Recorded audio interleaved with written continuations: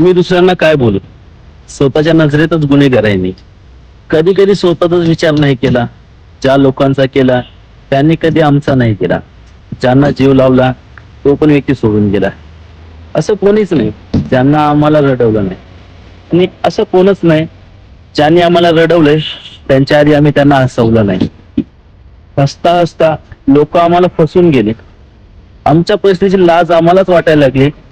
आज तर त्यांना वाटले नाही कधी.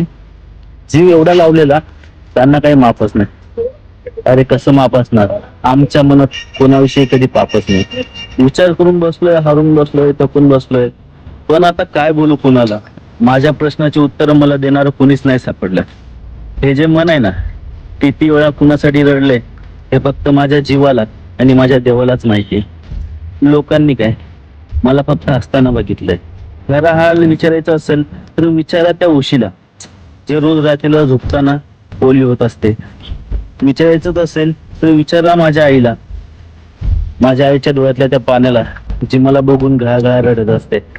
काय सांगू घाम गाळलेल्या त्या माझ्या बापाची किंमत? काय बोलायचं त्या लोकांना? हा प्रश्न पडतोय मला.